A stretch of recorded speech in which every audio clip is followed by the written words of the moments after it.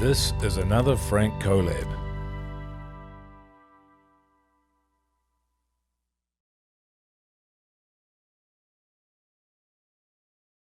I'm thinking as myself as a mum, screen time is a huge challenge in our household. It seems to be all the kids want to be doing. It's a kid's show. It'll be absolutely fine. As I kind of let him do that, he'd be like, can we watch TV? Can we watch TV? Can we watch this? Can we watch that? Can we watch that? Relentless ask. Relentless. Teenage boys with no physical disabilities or anything. They can't even do one push-up. This isn't right. Something's going on here. Am I addicted to my device? I am.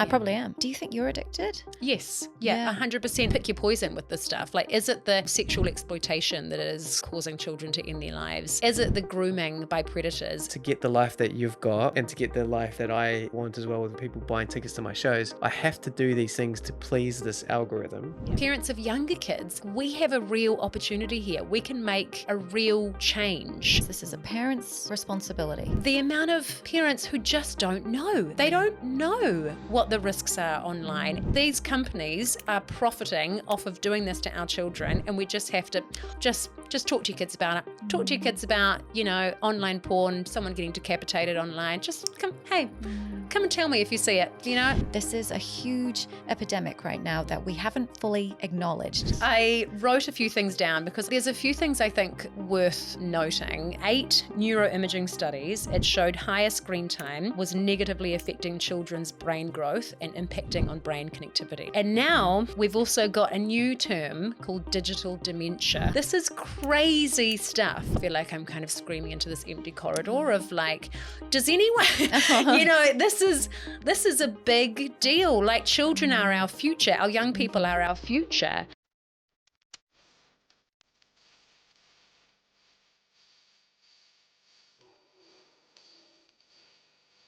Welcome back to Stand Up Again with Sophie Negrato. Now, this episode is part 2 with Matilda Green. In this episode, Matilda shares why she has a bit of a love-hate relationship with social media and why she stands so strongly behind the movement before 16.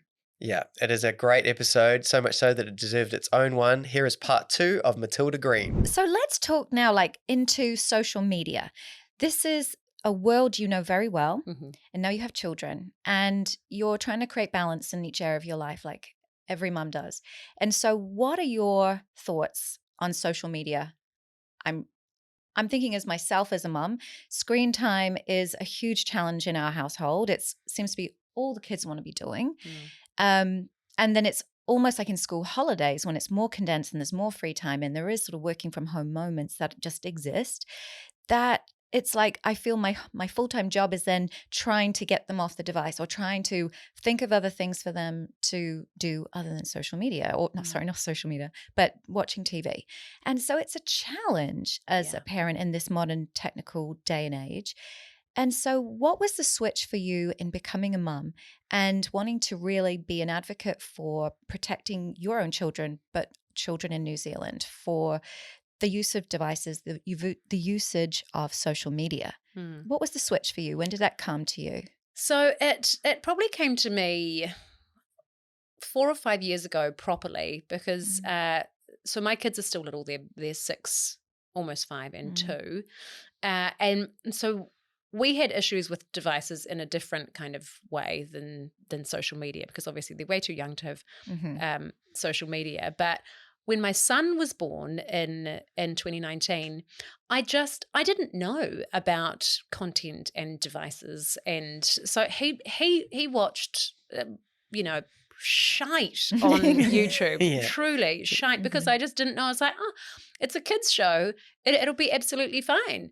But as I kind of let him do that, and I saw the behavior that came from when I would turn it off or he wasn't able to watch something, I was like, what is this? It was just horrific. Like if we were, and then I would have to like psych myself up to go and tell him 5 more minutes. I need to turn it off in a minute, okay? I mean, because I was terrified of this behavior that would come from it. And it was like this withdrawal. Or then if we didn't watch it, he'd be like, can we watch TV? Can we watch TV? Can we watch this? Can we watch that? Can we watch relentless that? Ask. Relentless. And he just couldn't think of anything else. Or if I said, we'll watch a bit of TV while I'm cooking dinner or something, It's like he just couldn't focus on his play. And he was little. He would have been like, I don't know, 3.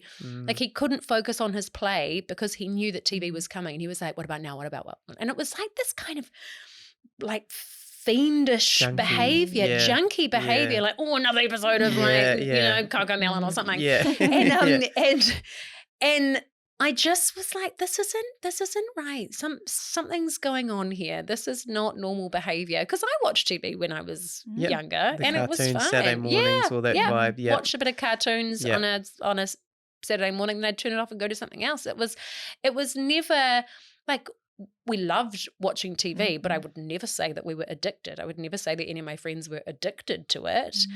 And so that's what started it off for me. And then I think devices and well, social media mainly, but devices as a whole have changed really quickly, and they've changed substantially. So even back in, say, 2013, 2014, like we always had social media, but it was nowhere near what it was like now. Like it was chronological. We'd be following friends. They'd be posting a group, like a picture with them and their friends and their dinner. And I'd be like, love it. Have a great time. And then, like it was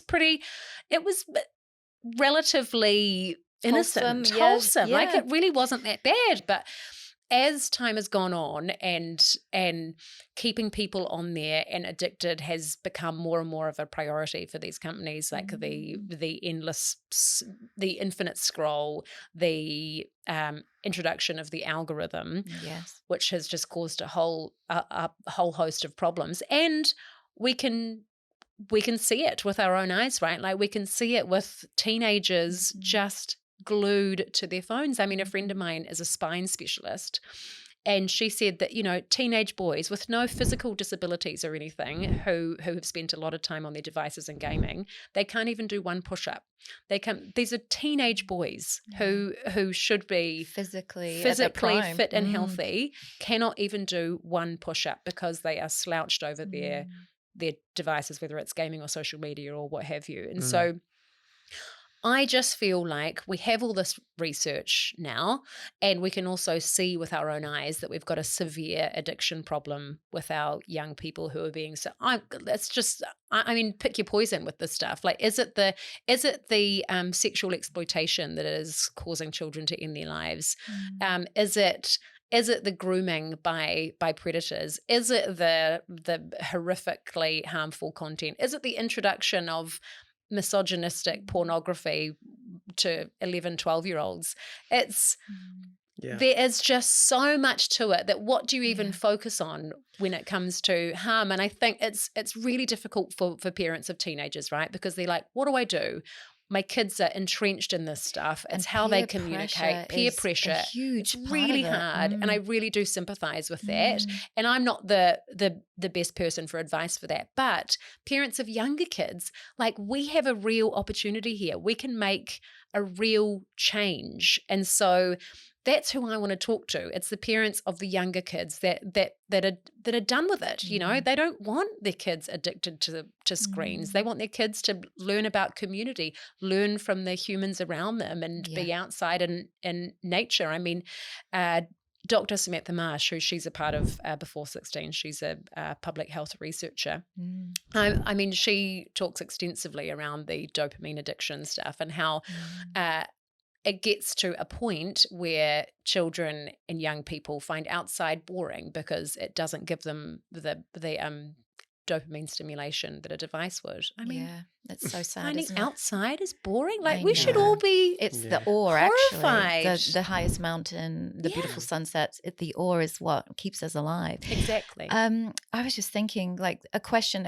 You were making me reflect not only on my, future parenting things that I'll have and come across with our own children, but it was reflective on myself. Like, am I addicted to my device?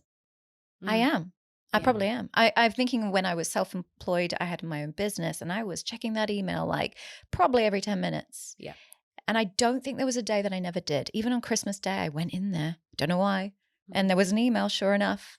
And I think that shows there's addiction, like something you feel you're doing intentionally, like you're doing it without even thinking. It's become autopilot. Yeah. Do you think you're addicted? Yes. Yeah, 100%. Like I have to work really hard to have boundaries in place around it. And I'm 35 years old. Like I can do that because I have a developed brain and I understand how to have a healthy relationship with it. And so I've got things like the brick. Have you guys heard of brick? Yeah. Oh, like was it like a phone? Game changer. Like no, so it's a little it's it's a little scanner. Oh. It's a little scanner, and it's basically it's a scanner that links to your phone, and then you can choose different modes, and then you choose like what apps you want to be included. So like there's different modes. Like I've got family time mode, which blocks like Instagram, Facebook, with like anything you can scroll on. Then I've got like nighttime mode, which is like emails, WhatsApp, everything off. Right. And so you can turn it on remotely, but to turn it off, you've got to physically scan the scanner. And so you just put the scanner in a really niggly place. So I've got mine right down the bottom of the garage. I hate going to the garage at the best of times. So like if it's, 7 o'clock at night, last thing I want to do is go into a cold, dark garage. And it makes a huge difference just having that physical barrier. It's the interrupter of that. But it's madness that we have to even, I'm like, when I'm putting it on, I'm like, I can't even, I have to put a physical thing in that I can't even just do it myself. And so it's just crazy to me that we would let, these platforms just have unregulated access to our young people and then expect them to just manage themselves. There's a lot of talk around, kids have to learn resilience and, they have to learn how to manage themselves on these platforms. They can't. They're not equipped. They're just not equipped. And I think it's irresponsible as adults and leaders to expect them to manage an adult problem that's now impacting children. So, I hear a lot of the passing the blame on the parents. This is a parent's responsibility. And I definitely hear that. Yeah. But then you're up against the tech giants. And that's hard because they're designing this to be so addictive. Yeah. You mentioned the algorithm, and that is a huge thing. As a parent, you can. I often say this: I can only lead you to water. I can't make you drink. Like I'm creating these boundaries and creating this sort of structure for you. But when there's a teen, there's a lot of independence and free time. So I think who has to take responsibility as well as the parents? It would be the tech thing. Yeah, and off the back of that as well, I think it's a tricky one, isn't it? Because I'm guilty of this, and no, because we had Joe Damon in, who's a fantastic content creator, producer, and he was letting us in on some secrets and tips of creating content and getting people to watch your videos and things like that. And it used to be just a small handful of people that knew these tips and tricks to get people hooked in. So he talks a lot about the first 3 seconds is, you got to hook them. So you got to have like a visual hook, an audio hook, and movement in the screen to get them to watch it, or have like a compelling sound effect that kind of comes in at like the 7-second mark and things. Oh my gosh. There's all these real like Templates. slot machine gambling type tricks that a lot of creators, content people, I've used it. And so it's kind of like, to get people to watch it, to get the life that you've got, and to get the life that I want as well, with people buying tickets to my shows, I have to do these things to please this algorithm. Yeah. But on the same flip side of that, then we're telling our kids, don't. It's kind of like us being addicted to the phones, and then us addicted. My mum and dad were addicted to cigarettes, and as they're smoking, saying you shouldn't smoke, as I, don't make the same mistakes I have. I don't know if there's a question here, but I know exactly what you're saying. Yes, but how do we as content producers then also not take the blame as well? Yeah. What would you say to those people, do you think? I guess it's tricky because we live in this world that we can't do much about, right? This is the product of our environment. This is how we need to make money. But just because of that, we then can't throw our hands up and say, oh, well, this is just the world we're living in. Nothing we can do about it. Yeah. This means that there are so many things that we can do. Yes, we have to make content like that to sell tickets, earn money. Yes. We can do that whilst also agreeing that so much of big tech's kind of strategies are incredibly toxic. So they have created this environment, and we don't have to resign to that. Like, we have to live in amongst it, but we don't have to resign to then that being our be all and end all. Yes. So I often get this about this should be the parents' responsibility, and it's government overreach if we bring in regulation, that sort of thing. And I can understand the thinking behind it, but at the same time, what we have now is the onus is on the parents, right? And it's not working. So what we need to do is then figure out, how do we bring the influence back to parents and families? Because I think people are worried about the government overreach, right? But what we have now is big tech having unprecedented, unregulated access to our young people. I mean, some of them are spending 8 hours a day. And so we are trying to parent our child, and we're trying to instill our best morals and values. But if your child is consuming really engaging, toxic, often misogynistic content for 8 hours a day, and all of their friends are doing that same thing, then where's the biggest influence coming from? Is it coming from the parents, or is it coming from big tech? So I see it as government helping to put the influence back on the parents, because at the moment big tech has it. They're incredibly persuasive. So I think we just need to reframe that, because people get scared when they think government, all government, they're going to come in and sort of take our rights away as parents. But it's just, parents can't do it. They just can't, for many reasons. The first one being that parents are really busy. Like, oftentimes they're working hard. They don't have, they're trying to put food on the table. Yeah. And the amount of parents who just don't know. They don't know what the risks are online, and they don't. It's a full-time.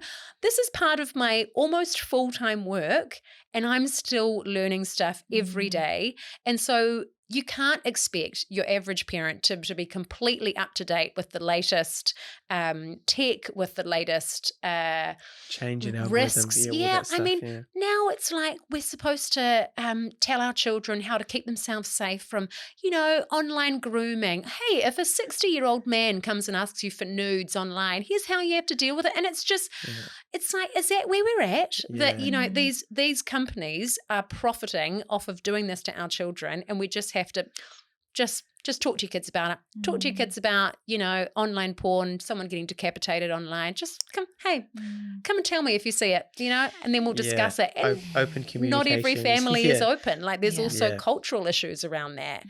And not every family is okay to talk about that sort of thing. So we've got a whole host of issues that will not be solved, in my opinion, without some form of regulation, because then that's where the shift starts to happen over time as well. Because, of course, when we bring in some sort of regulation, there's going to be a crunchy period where it's not perfect, where mistakes. Some kids are going through it, which I know is part of what's happening in Australia at the moment, because they've obviously brought in the regulation. Yeah, last year. So they're a year in. Has there been significant improvements, or is there the teething problems are more in the press than the positives? Yeah. Well, it's what I think we're finding at the moment is that so they're kind of first cab off the rank, right? So they're doing their best to make it work, and whilst it hasn't been perfect, I think they have seen some improvements. But what I think is really concerning, and that there is not enough focus on, is that these platforms know exactly how old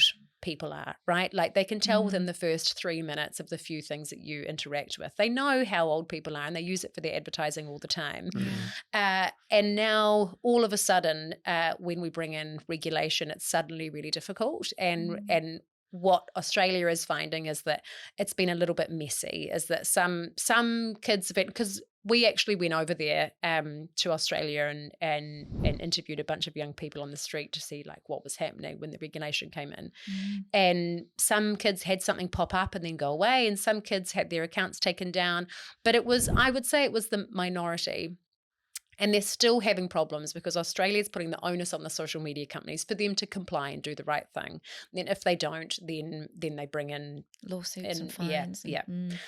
And what I think is interesting is that these big tech platforms have made it really difficult, and they've made it really messy.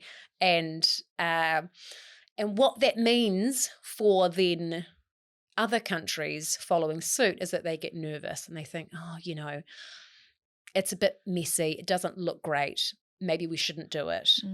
But look, I'm not a conspiracy theorist. I don't know if this is the case, but in my mind, these platforms know that other countries are going to follow suit, right? So they think, how can we make this as difficult, as messy, as confusing as possible so that other countries don't follow suit? If that is the case, that if these platforms are more powerful than local governments, then they're more powerful than democracy. We should all be really concerned about that. Yeah. So that is what I suspect is going on. I mean, I can't be sure. It sounds like they're manipulating the outcome. I was thinking in terms of, if there is a parent that you said maybe is uneducated on this, they haven't really recognized or heard this sort of unrecognized health crisis that's going on with the addiction for social media for teenagers. What would you say are the main problems that are coming up? So I'm assuming mental health. Are you able to list a few things that you're seeing or hearing in your research for this? Yeah.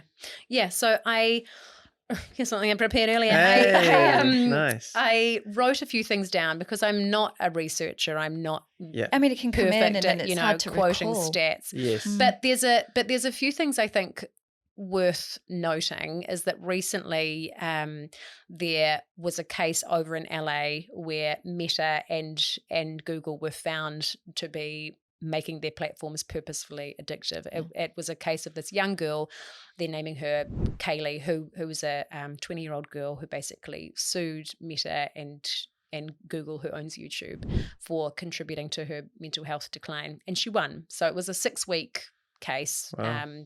With a jury, and she won. She was awarded $6 million. Wow. There was also Meta ordered to pay $375 million US in a New Mexico trial over child exploitation because they were found to be misleading users on its safety and enabling child sexual exploitation. So this is all beginning to kind of open people's eyes around what these platforms are really there to do, and it is not to protect children. I mean, they've proven time and time again that they'll put profits first. So not just the anxiety, depression, lack of focus, addiction issues, but now there's actually there's been a recent Auckland University study that pulled together research from around the world, and it found that 81% of 58 studies showed at least one negative link between screen use and the brain's executive function or management system. So the lead researcher on this is Claire Reid, who's part of the expert advisory panel for Before 16. She's amazing. But one really concerning thing that stood out to me was that in 8 neuroimaging studies, it showed higher screen time was negatively affecting children's brain growth and impacting on brain connectivity, so the parts of their brains speaking to each other. And these are young children. And now we've also got a new term called digital dementia. Yeah. So there's a cognitive neuroscientist, Dr. Mark Williams, and he says that the scourge of digital dementia is a largely unrecognized health crisis. And he's seeing in scans of some teens' brains mimicking something normally only found in the elderly. So this is crazy stuff. Like teenagers having symptoms of Alzheimer's. Of early dementia. Dementia. Is that correlated to the screen? Like, have they done that screen times, or is it food? Is it like, is there other elements to this as well potentially, or is it like a mixture of everything potentially? It's directly linked to screens. Yeah, so right. like whether that's social Video media by gaming. itself or just a contributing factor, I'm not sure. Yeah. But now sometimes it does feel like a bit of an uphill battle. I feel like I'm kind of screaming into this empty corridor of like, does anyone, this is a big deal. Like children are our future. Our young people are our future. And we see it time and time again with adults adult offenders, people that are incarcerated, people that have addiction problems with, drugs or alcohol. So many of them have a common denominator of childhood trauma or something going wrong in their childhood, whether it be neglect, abuse, what have you. So we know how important childhood is, and we know how important and sacred it is to protect it, so that we can, not just because it's morally the right thing to do, but even from an economic perspective, if we want to invest in the future of the world, we want people that are going to be able to focus, people that understand human connection, people that are kind and caring and regulated. Yes. And at the moment, all of this is pointing towards the other way. So it's like we're at this fork in the road where we either go down the path where we're going, where we have digital dementia, where we have I'm thinking you name it. I'm thinking body dysmorphia, all the high beauty standards. I'm thinking, like, as an adult, this is hard as well, for those high, impossible and expensive beauty standards that just seem to be the norm online. I'm wondering, have you personally had moments where you've struggled with the haters, the commenters, the people on social media?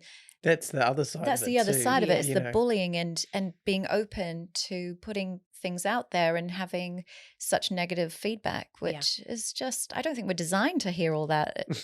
No way. So how have you managed that yourself? Has it had a toll on you?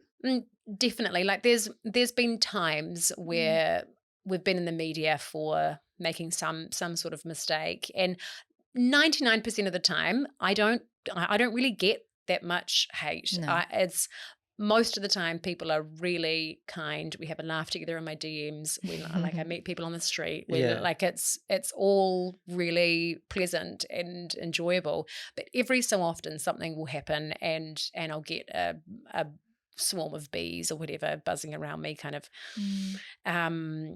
angry at me online or calling me names or whatever, and it's really intense, right? It can feel really, really intense, and I know now, well, even just logically, I know that the opinion of people I don't know doesn't matter, because I know who I am. My family and friends know who I am. But when you're in the midst of that, you forget it, because it is just, you're right, it is such an attack on everything about you. But I think unfortunately, I don't think it's going to change. No. Like, I think a lot of people are like, just teach people to be kind. Just tell people not to be dicks on the internet, and it'll be fine. Yeah. But I really think that it just comes with the territory of being online. Being anonymous and not saying things to people's faces just brings out the worst in us. It does. Even sometimes I might see something online and be like, I just have to let them know that's not okay. And then I'm like, no, I don't. I actually don't have to let them know. Yeah. But it's because we become two-dimensional online and we become characters that we forget how to interact with each other. Yeah. And so even that's why I don't really enjoy speaking about anything that controversial online, because it's not real. We're not having an actual conversation about it. It's just people sort of like shooting these things at me, and then I have to spend my time shooting something back. But we're not discussing. We're not like in a room learning from each other and being open to it. It's just like these little attacks. There's no debate. There's no debate. It's not, I hear that point. Well, that's a good point. I will take that good point and then extrapolate on that.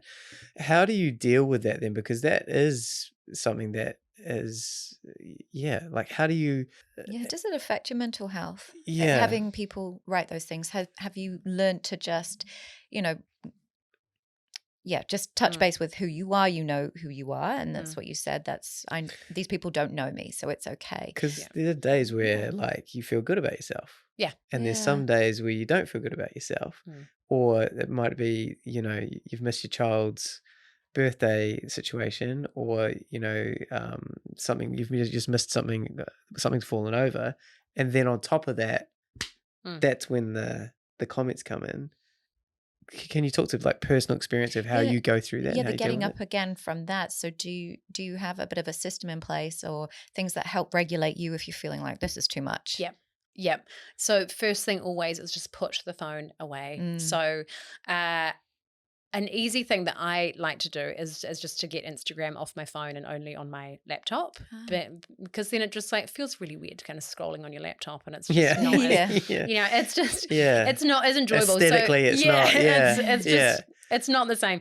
So I find that if something's kicked off online and I'm getting a whole bunch of hate over something or whatever, I just my initial reaction is like, oh my God, I have to set the record straight. You know, I have to try and show people who I am and say like, this is, you know, like I have to defend myself. Look at all these good things I've done previously to like this. I'm a good person, right? But now I have come to the point in my life where I think there is no pleasing people online. People have made up their minds. Like if you've done something that somebody doesn't like, you're now in a box that they have put you in, and they want you to be there. That's the thing I find really interesting about social media is people want you to make mistakes.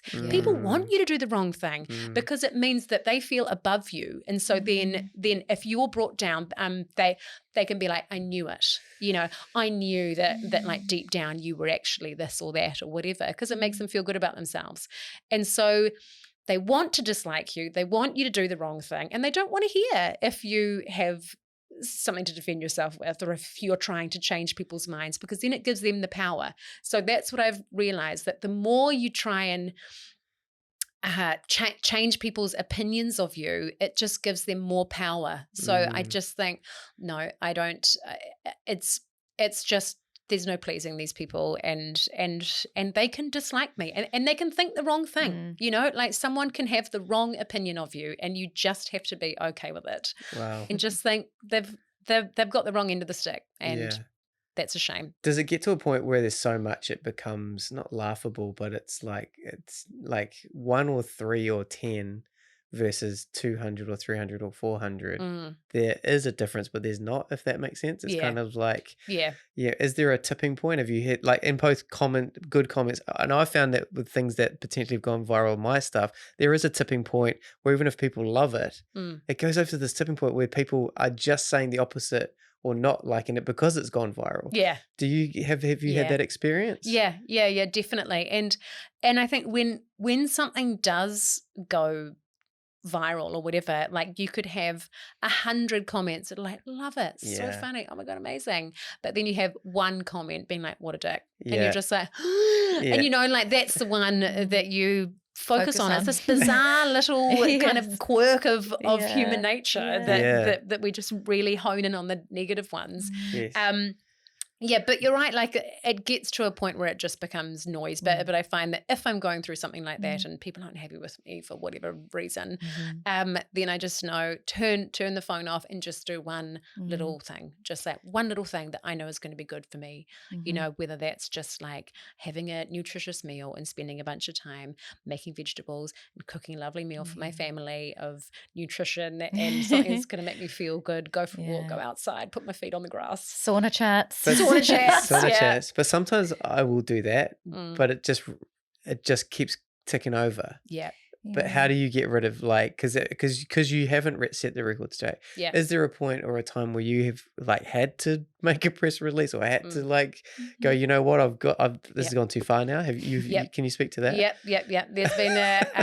There's been a couple of times where I've done like this big statement, you know, because I've felt like I had to do that. You know, I had to show people that that's not me, or that like my intention wasn't bad or whatever. But those times are the times that have cemented the fact that it just doesn't make a difference. Wow, It doesn't make a difference. Really? No, it just feeds it. It really does just feed it. And then like when I've seen other people get caught up in whatever, like I remember the one that comes to mind is Andrew Huberman, when he's like a wellness podcaster or whatever. There was a bunch of controversy. He had like 2 girlfriends at the same time or something, or like he was like 2-timing women, and like all these women were sort of coming forward saying like XYZ, and I thought, oh God, he's getting a lot of hate online. I wonder how he's going to respond. And he just didn't. He just didn't. Like I was sort of thinking, oh, he'll do like some sort of video soon just to,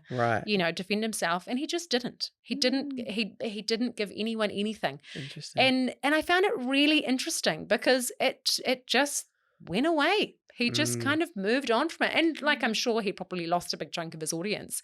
Yeah. But part of me thought like, I mean, you know, shit that he was two-timing a bunch of women. Like, that's not okay. But it's also like, that's your personal life. But part of me thought, I mean, you know, he doesn't owe, like, we don't owe the internet anything. Like, if you, like... Yeah, there can be a lot of power in silence, actually. Yes, especially just apologizing into the ether. You know, when like people want to, like they've already decided that they're in for it. You know, they're like, rightio, you know, like no matter what you say, I am pissed off at you. So it just gives them more. Then they pick apart the apology and say, well, you didn't say this, you did say that. Do better next time, sis. You know, it's just... it's just crazy. And what a horrible situation to be in, where you are going to then have to reply to this or make this statement I've just got, and then say to your kids, "I'll just be 2 minutes. I've got to deal with this." Like that is you know, that is the epitome of like, wow, we need to really step away. And that's great what you said about before. We don't owe the internet anything. We can turn it off. We can put it away. It's not the real world. Quite a few times I'll go into stand-up comedy evenings and everyone, so it seems, is online talking about this thing. And I feel like I've got to have a joke about it. And then I'm like, I spent a whole afternoon writing this joke about this issue.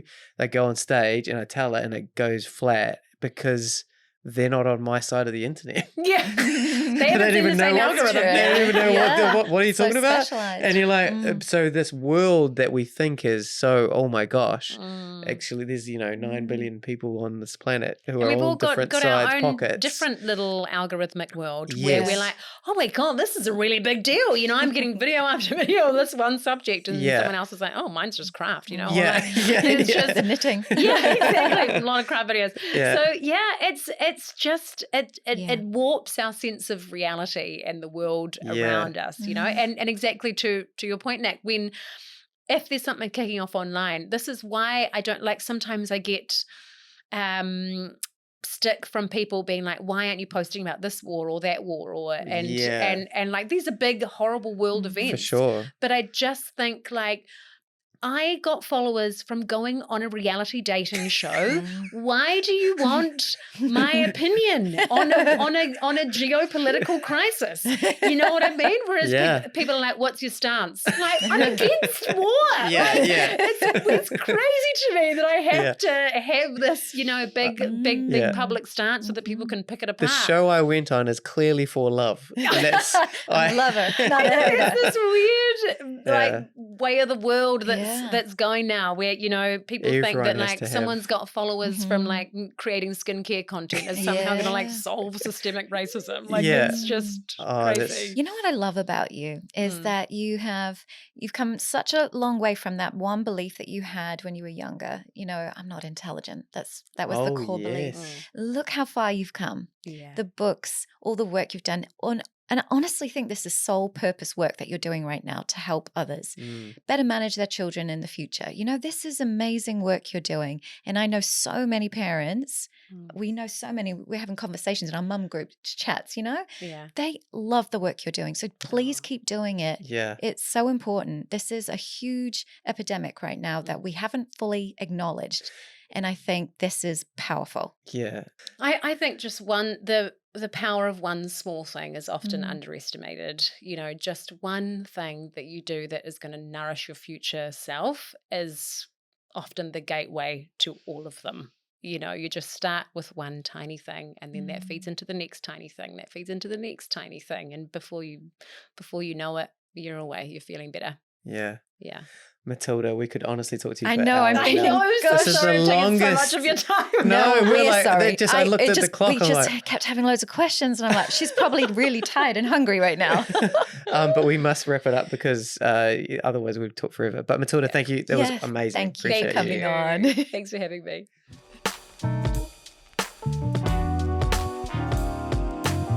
So that went super fast. I know. It was probably one of our longest interviews, but it went like in a blink. And I still have so many unfinished questions I want to ask. She was fantastic. Yes. My biggest thing, which I thought was fantastic, you know, I love Carl Jung. I love a philosophical look on things. And I know I like it when people take a simple thing and then just shift the paradigm of it and just have a little bit of a come at it from a different way. Keep it grounded and relatable. Like yes. Well, more so the guilt. the mum guilt. Of the guilt, but like, what is this telling me? Rather Yeah. than going, I feel guilt, I shouldn't feel guilt, and suppress it with doing an over-the-top gesture, which then is supposed to surpass the guilt. So, or even ignore it. So, like for me, for example, I will feel guilty for ignoring the children because I've got to do this email, and then I'll overcompensate by like taking them buying them 10 ice creams. or take them to Rainbow's End or some sort of theme park or something like that. And it's like, why have I done that when I really should just be checking in and going, oh, this is good, thanks. You almost got to say, thanks, body, for working. Yeah. I'm feeling guilt now, but what is this? Why is this? But then also not hating on yourself because of it, and then being more learned from it and going, okay, well, I don't want to, this is not a good feeling. What's this one small thing I can do to help make me come out of this or make me feel a little bit more regulated? For me, it's the whispers. I think these whispers, the guilt or whatever our intuition's telling us, it's like little whispers. And if we're tuned in, we hear it. Yes. And so in that moment, the guilt is there. It's just leading you, okay, perhaps we're out of balance in this area. The whispers is telling you to bring it back into balance. Yeah. And we generally always know how to do that, I would Yes. say. But often life doesn't create that balance because we have, 2 or 3 jobs, or we have responsibilities, or aging parents, or whatever Or the pull beliefs is. about ourselves that we can't get out of this, or that we're just always like this. Yes, like and just thinking it exists and that's that. Matilda always saying that she, from a young age, said that she wasn't intelligent. Oh my gosh, I really assumed she would have had quite a chunky degree under her belt. The way she speaks and communicates, the savviness, high emotional intellect there. And I actually was so surprised when she said that she dropped out early, and she just assumed and had this belief that she just wasn't smart. And I think she's one of the most intelligent women I've sat in the room with for a long time. Yeah. So she's incredible. Yeah. And to overcome that old mindset, that just shows I said it, but how far she's come. And I think sometimes you just have to sit in that seat and recognize it, because it's quite easy to forget that all the achievements she's done here with the books and especially her work with social media. I love that. Yeah. And it's a real conflict as well, because people look at it, and I've looked at it and gone, but you're a social media creator. Yeah. You're making money off social media. Then to kind of like ban it or say the government should step in and things like that, when outside looking in, you're kind of thinking, well, that doesn't make sense because you're making content from this, so you're benefiting from this. But then having talked and spoken to her, it makes total sense. She's in the best place to be talking to this. Yeah. She's seen it with her own children as a mother. She's seen it as a content creator. She's seen the benefits of it. She's seen the negative aspects of it. She's also gone out and done research and talked to other doctors and other practitioners that have come together and collated all this information and gone, you know what, this is something that I know really well, and I'm going to speak to it. So I think, you know what, a very real thing to say. Yeah, I am addicted. I mean, who isn't? If you're reaching to it, if you imagine you have a phone in a room and you maybe look at it once a day. I don't think anyone's doing that. No. Maybe once an hour. When do you consider it an addiction? Perhaps if you feel like you couldn't live without it, or there's probably some sort of description of what an addiction to the phone looks like. I guess when it starts to impact in your social engagement, when it impacts in relationships, work environments, financial, in those things like body dysmorphia, the high beauty standards, and the mental health, anxiety, and depression. I mean, it's just a whole area of things just going backwards for us as a human race. I feel we should be becoming smarter, intelligent, but instead we're dumbing ourselves down with this shrinking brain, which is terrifying, and then relying on AI even more to just make simple decisions for us. What should I have for dinner tonight? This sort of thing. But that because we're tired and everything's so expensive, and you know, back in the day, you could have one person with one income, and that would be enough to have a house and a car, and to have a family of 4 or 5. One of the parents would stay at home, and that was okay, and houses weren't costing so much. And yes, it was tough, and it was all relative and so on and so forth, but now you've got both parents doing that. You've got and still struggling. You've got 2 steps forward and sometimes 3 steps back at the moment. And so when you are tired, you then reach for the chocolate, and I would put social media as the chocolate. I was thinking the cookie jar when she was saying I have the brick sensor on her phone, and I keep it in the garage, so I really can't reach for it's like the cookie jar with a padlock on it. It's like, oh, I really want a cookie, but it's even like having it's an interrupter. I know when there's chocolate in the house, it goes, but if it's not, then I won't have it. Yes, and I won't go all the way down to the shop to get it. Well, sometimes I will, but well, you go all the way down to the shops to get it, and then I end up eating it, and I'm like, why? Why can I just not eat it? But it's hard when it's there, and I guess the boundaries. And I love how she said, well, the first thing I do is I put my phone away, because it's easy to just get sucked in, especially with things that come up. When I'm tired, I really get sucked into social media. Like, I'll be at work, or I'll be at home or wherever, and if I'm tired and I even look at that thing once, it's like half an hour's gone, and then I'm like, oh, I have to really fight my way to get back up.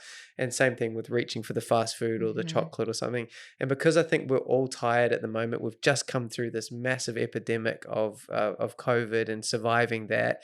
You've then just scraped yourself back up from getting back up after that, and then now you've gone through this cost of living crisis, and then you're fighting through that again, and just times are tough.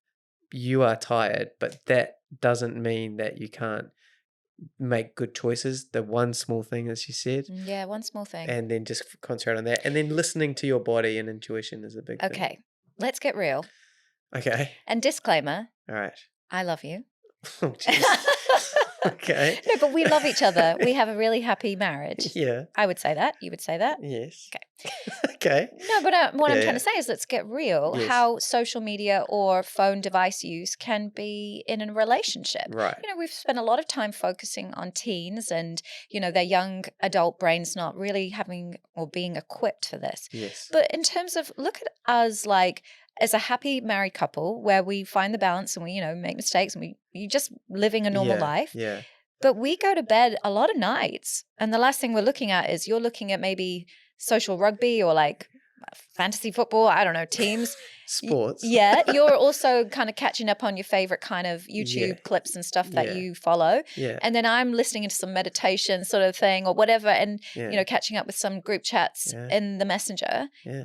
And then that's our evening, you know, like before we go to bed. And I know we're not the only couple to have had that. Yeah. And so in relationships, is there a phone or a device or a social media between a wedge, like between relationships? Yeah. And do we need to look at that as well? Because I don't feel like it's out of balance, but there's moments, you know, I'll just snuggle into you and we'll just like, you know, but we're watching watch the same separately. thing. Well, not even that. Sometimes we watch separate No, I know. things, That's what I mean. Let's get real. Right. And I think a lot of people maybe who might listen to this could probably go, yeah, actually, same here. Oh, yeah. And, you know, I guess it used to be reading a book before. So it's not so different to just having your own time. But I wonder what the research is in marriage and divorce statistics with the use of social media or... Yeah, because I mean... I'm opening a can of worms here. Well, not really, but I mean, it's twofold though, because one part of me is like, it's good because you're catching up on the thing and you're feeling like that's your time, your me time. Yeah. But then another part of it is like you're catching up on different things, so you can come back to the relationship and talk about your different aspects of what's going on in the world. It's natural to have you seen this, or interest. This is an interesting idea, or maybe this is for the house, or whatever the chat is. But then the other side of that is that you are so into your own words and go to that first that you actually enjoy that more so than the person that you're with. You pull back a bit. Last night, for example, we did end like that last night, but then we had a 90-minute an hour and 3/4 Yes. chat. We had a massive catch up Yeah, and filling but each other in because yesterday we were both out for most of the day. but that was fantastic. Yeah, so I guess there's balance. So Yeah. I guess it's just a point But if we to didn't have raise. that catch But we up, didn't have the catch up. then rocky yeah. roads. Well, yeah. All right. No, I'm just yeah. acknowledging that it's always balance, and Yeah. I guess again, it's not to feel guilt or shame. Oh my gosh, what's happening? But No. I guess it's to recognize, oh, you know what? I guess what can I do right now? I can set good Yeah. examples to our kids, so I can no phones at the dinner table. Yes. Okay, no devices after dinner. Yeah. Okay, right. Weekend, you've had your hour of cartoons in the morning. Let's go out. Yeah. I guess it's creating boundaries and Yes. setting good examples and actually using them yourself. Yes. Before devices came in, the old way would have been a newspaper looking Yeah. at the news, and it would have been a book. Mm. But now it's all in one little conveniently packaged device. So children aren't knowing what you're doing. They're assuming it's all just fun YouTube videos. Because for them, they're not thinking you're they're working. just watching Bluey or Cocomelon as well. Is that for adult Cocomelon for adults, which is basically what it is. Yeah. When she said, I'm going to spend all this time with my children and that's what I want, and have a serious sauna chat about this, and then 2 days later, the opposite happens, of the exact opposite. Amazing opportunity, all about you, the exact opposite. I think that was super interesting, and life has this way of going, all right, you've got one thing, but here's this other thing. What are you going to do? And I don't know what the answer is. And I think that's why it's important that you have a purpose, or you know where you're going to go, what your goal is, because then that will make it at least very easier to make that decision. Yeah. So that was Matilda's episodes. Thank you so much for watching. Comment below of what you got. I know we got so much out of it. Yeah, let us know what you took away from the episode, and I guess if you're a parent, are you backing the B416 and your reasons for that? Thanks very much. See you again soon. Thank you for watching. Bye. Bye.